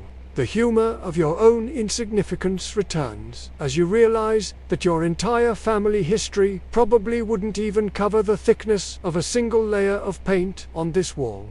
You are a momentary flicker in a room that has seen the rise and fall of entire civilizations you've never even heard of. You feel a strange urge to be very, very still, as if any sudden movement might disrupt the echoes stored in the stone. Uncle Jack begins to hum again, but this time the sound is different. It's deeper, resonating off the curved walls of the cave until it feels like the rock itself is vibrating. He explains that the songs are actually stored in the rock, and the paintings are the labels that tell you which song to sing. Despite the obvious geographic utility of these sites, historians and archaeologists still wonder about the silent paintings, the ones that don't seem to correspond to any known songline or landmark. There is a great debate about whether these represent lost songs from cultures that vanished during previous climate shifts, or if they are personal, private expressions of the artists that were never meant to be part of the public map. Looking at a small, delicate drawing of a flower in a high, dark corner of the cave, you can't help but feel it was a private moment, a human being 20,000 years ago simply thinking, "This is beautiful," and wanting to save it. It makes the ancient world feel incredibly close and relatable. You sit back against the cool sandstone, the warmth of the small fire licking at your boots. The silence in the cave is heavy, like the silence of a great library after the doors have been locked for the night. You notice the way the light of the embers plays across the handprints on the wall. They look like they are reaching out toward the fire, trying to warm themselves. You find yourself thinking about the continuity of it, all the way the stars guide you to the cave, and the cave prepares you for the land. It's a perfect, closed loop of knowledge. You aren't just a tourist in a museum, you are a participant in a living archive. Uncle Jack stands up and reaches for a small piece of raw ochre from a ledge. He rubs it between his fingers, producing a fine, red dust that looks like powdered rust. He tells you that the echoes aren't just for the past, they are for the future. As long as the paintings remain, the songs can be recovered. As long as the songs are sung, the land can be navigated. You realize that this cave is a doomsday vault for culture. Even if every phone on Earth went dark and every map was burned, the echoes in this cave would still be here, waiting for someone to walk in, look at the wall, and remember how to find the way home. The humor returns briefly as you imagine trying to explain this redundancy system to an IT professional. So, your backup server is made of iron oxide and is located in a gorge 3 days from the nearest road. Yes, and the data recovery speed. As fast as you can sing. It's an absurdly low-tech solution that is infinitely more robust than anything we've designed in the last century. You feel a deep, quiet respect for the engineers of this system. They didn't just map the world, they made sure the map would outlast the world. As we prepare to leave the cave and head back out into the encroaching dawn, you take one last look at the walls. The echoes seem to be shimmering in the dying firelight.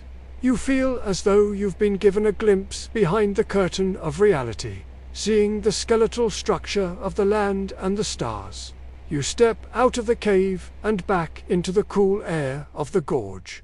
But you feel heavier now, as if you're carrying a small piece of that ancient red ochre in your own heart. The night is almost over, but the journey through the echoes has only just begun to settle into your bones. As you emerge from the heavy, iron-scented shadows of the gorge, the sky has transformed into a pale, translucent sheet of aquamarine. The stars are fading, retreating into the deep vault of space. But 4 bright points remain stubbornly visible in the south. The Southern Cross cruxes standing upright now, looking like a diamond kite tethered to the horizon.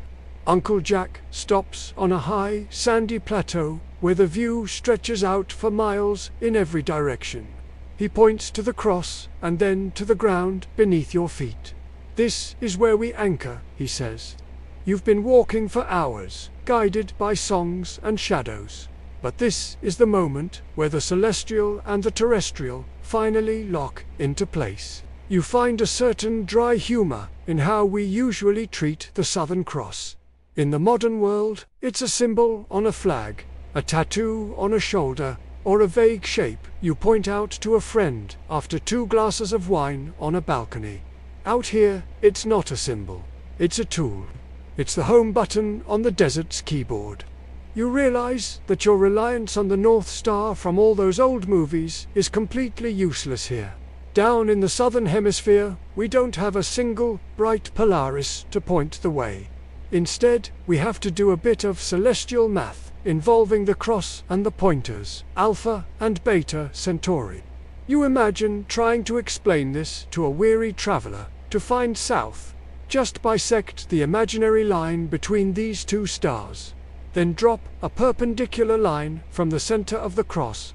Wait, why are you crying? It's a bit more work than looking for one bright dot, but it's far more rewarding when it finally clicks.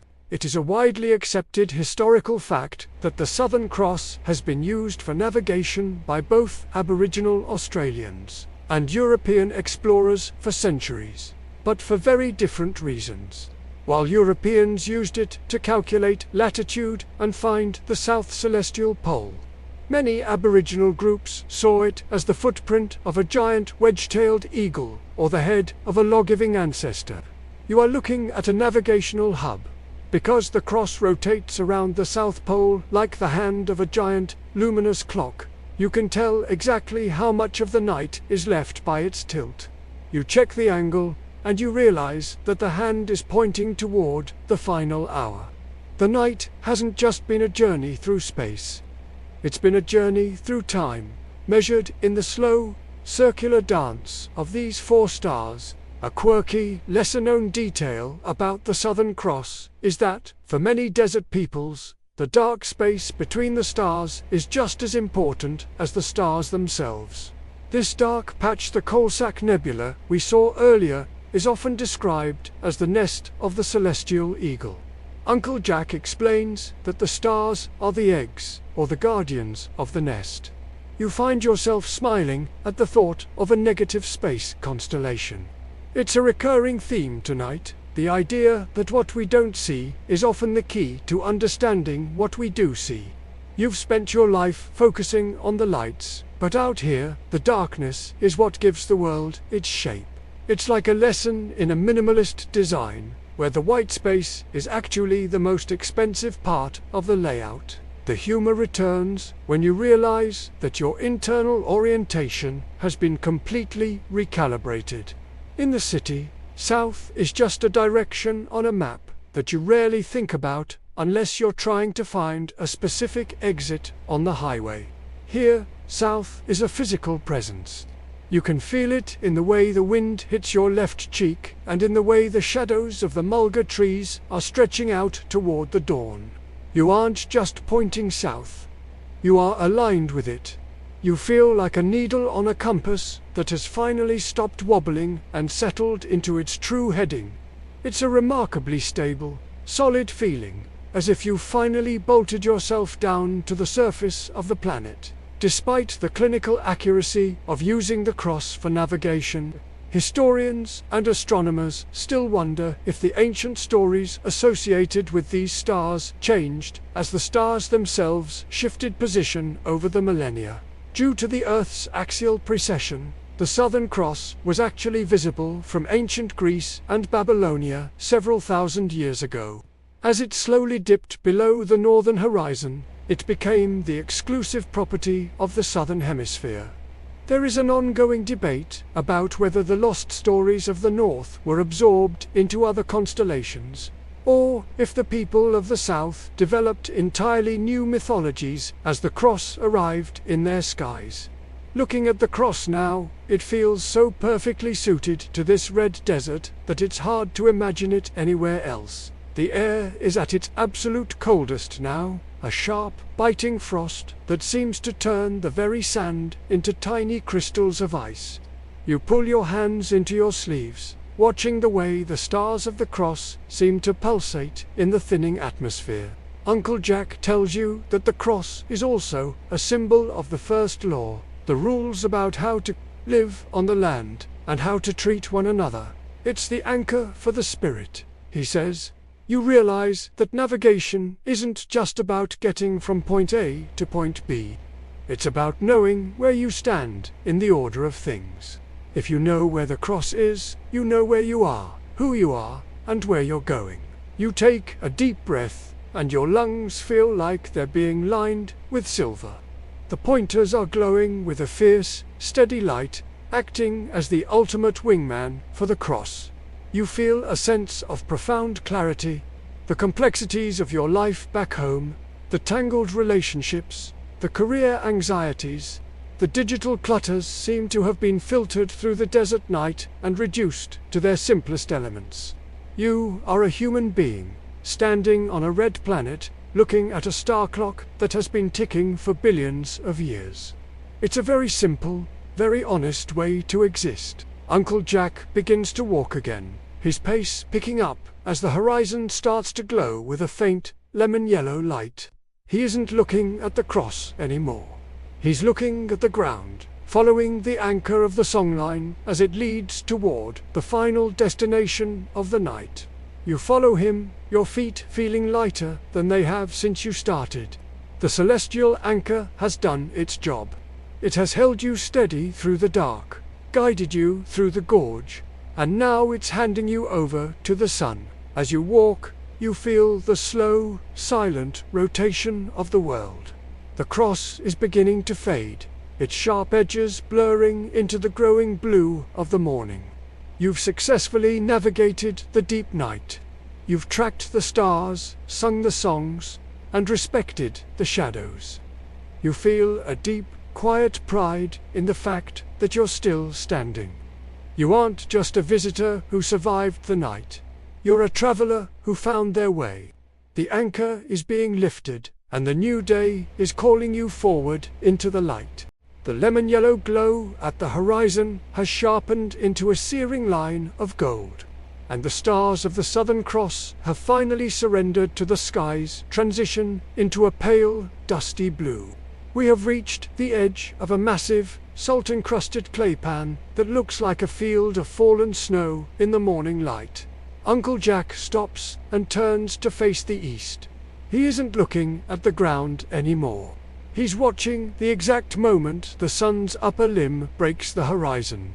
This is the first light, the moment when the dreaming tracks of the night are tucked away and the stories of the day begin to wake up.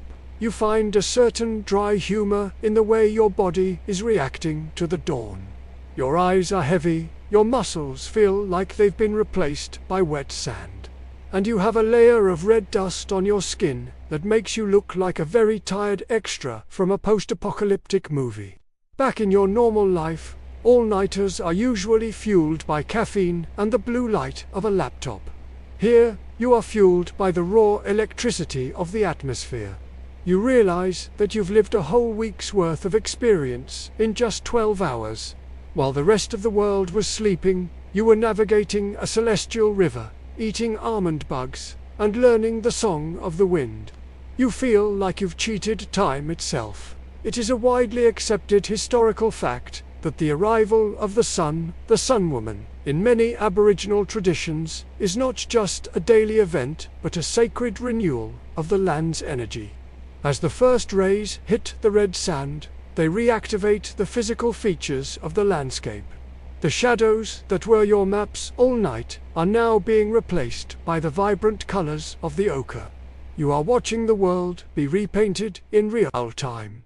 The gray, ghostly gums are turning back into brilliant white sentinels, and the dull rocks are catching fire with deep oranges and reds. It's the ultimate high dynamic range transition, and no camera on Earth could ever hope to capture the depth of the saturation. A quirky, lesser-known detail about the sunrise in the desert is the morning song of the environment.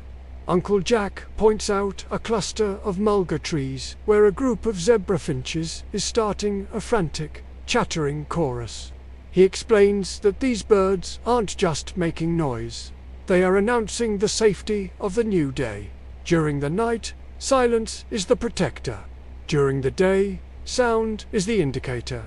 If the birds go quiet suddenly, something a dingo, a snake, or a person is moving through their territory. You find yourself smiling at the thought of a biological alarm system that doesn't have a snooze button. It's a very honest way to start the morning, knowing that the peace of the desert is actually a very loud, busy conversation between every living thing. The humor returns when you realize you are staring at your shadow, which is currently about 30 feet long, stretching out toward the west like a spindly giant. You look like a caricature of yourself. You realize that throughout the night, you've been focused on the big things, the galaxy, the deep time, the ancient ancestors, but the sun is bringing you back to the small things. You notice a single, perfect track of a beetle in the sand, the tiny ridges of its path illuminated by the low light. You notice a spider web covered in dew, looking like a necklace of diamonds draped over a spinifex bush. The desert isn't just a vast, empty space. It's a collection of infinite, tiny masterpieces. Despite the beauty of the dawn, environmental scientists and historians still wonder about the long-term impact of light pollution on our ability to connect with these ancient traditions.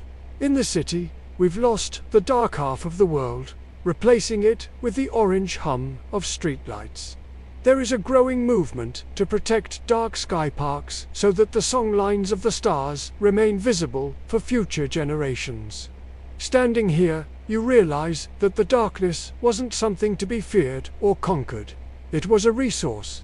It was the canvas for the most important stories humans ever told. You feel a sudden, protective urge for the night, hoping that there will always be places where the emu can still be seen in the sky. Uncle Jack reaches into his pocket and pulls out a small, smooth piece of river stone. He hands it to you. It's warm from his palm. To remember the track, he says. You take it, feeling the weight and the history of it. You've come a long way from the person who stood on that rocky rise at sunset, worried about flies and cell reception. You've been baptized by the smoke, fed by the earth, and guided by the stars. You are leaving the desert, but you suspect the desert is never going to leave you. The heat is already starting to build, a gentle warmth that feels like a reward for surviving the freeze of the night. You turn back to look at the track you've walked, but the wind is already beginning to smudge your footprints. The desert is a place of absolute now. It doesn't hold onto the past in the way we do. It stores its history in the songs and the stars, leaving the sand clean for the next traveler. You feel a sense of peace with that. You don't need to leave a physical mark to have been part of the story. As we walk toward the final meeting point where the modern world awaits, you find yourself humming the low, rhythmic tune Uncle Jack taught you. It's stuck in your head, a melodic cookie that your brain has decided to keep. You're moving back toward your emails, your traffic, and your screens, but you're carrying a secret map with you. You know how to find the water. You know how to read the birds. And most importantly, you know that if you ever feel lost, all you have to do is wait for the sun to go down and look for the emu. Uncle Jack gives you a final, knowing nod as the first vehicle appears in the distance. A small speck of dust on the horizon. The journey through the dreaming is ending, but the perspective it gave you is just beginning. You take one last deep breath of the sun-warmed air, a mix of dust and promise, and step forward into the light of the new day. I've really enjoyed walking this ancient path with you tonight. It's amazing how a change in perspective, from looking at the stars as points of light to seeing them as a living, Map can change how we feel about our place in the world.